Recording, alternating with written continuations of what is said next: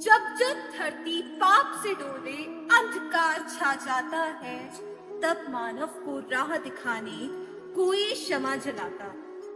यदा यदा हि धर्मस्य ग्लानिर्भवति भारत, अभ्युत्थानं धर्मस्य तदात्मानं सृजाम्यहम्। नमस्कार, मैं बीकॉम द्वितीय वर्ष कुरुक्षेत्र यूनिवर्सिटी की छात्रा, भगवान श्री कृष्ण की जीवात्मा, जिसके पंच तत्वों से निर्मित शरीर का नाम हंसिका है, आज आप सभी के समक्ष भगवान श्री कृष्ण की श्रीमद् भगवत गीता नामक पावन ग्रंथ के विषय में अपने विचारों को प्रस्तुत करना चाहूँ।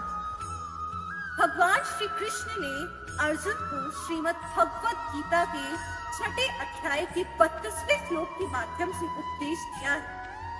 आत्मोपम्येन सर्वत्र समं पश्यति यो अर्जुन, सुखम वा यदि वा दुखम स योगी परमो मम।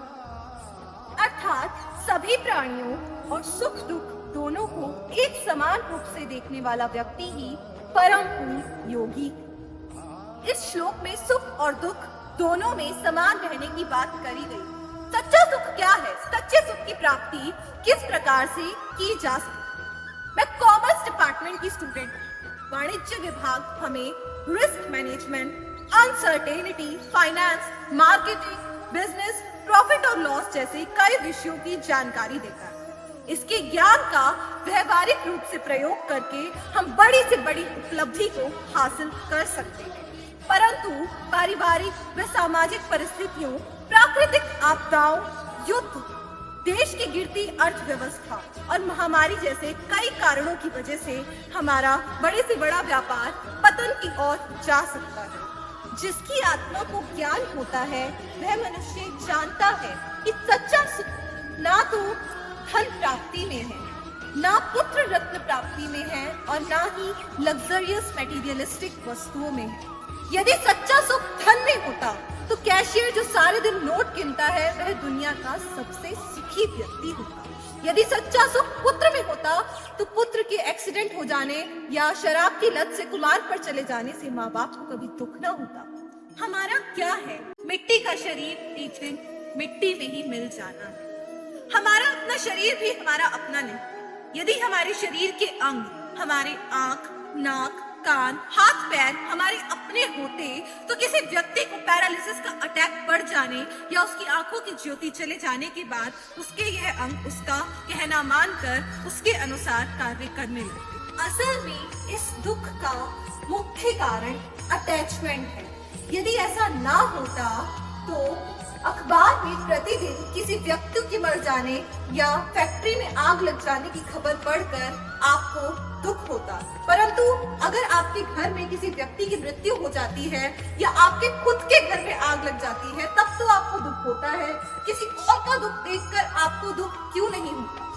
श्रीमद् भगवत गीता हमें सिखाती है कि हमें मेरा से हटकर सर्वे भवन्तु सुखिनः के मार्ग पर चलना चाहिए। जिस भी व्यक्ति ने श्रीमद् भगवत गीता के ज्ञान को अपने हृदय में धारण किया है, वह जानता है कि मैं नहीं, मेरा नहीं, यह तन प्रभु का है दिया, जो भी अपनी बात है, यह धन प्रभु का है दिया, यह धन प्रभु का है। भगवान श्री कृष्ण ने श्रीमद् भगवत गीता के अध्याय 2 के श्लोक 23 के माध्यम से हमें बताया है, नैनम छिन्दन्ति शस्त्राणि नैनम दहति पावकः न चैनम कलिद्यत्यापो न शुष्यति मारुतः। अर्थात आत्मा अजर अमर है। अंत में अपनी वाणी को विराम देते हुए मैं कहना चाहूंगी धन्यवाद कुरुक्षेत्र यूनिवर्सिटी परिसर, धन्यवाद करना चाहूंगी डिपार्टमेंट ऑफ लॉ को जिसने गीता इनसाइट्स चैलेंज को ऑर्गेनाइज करवाया।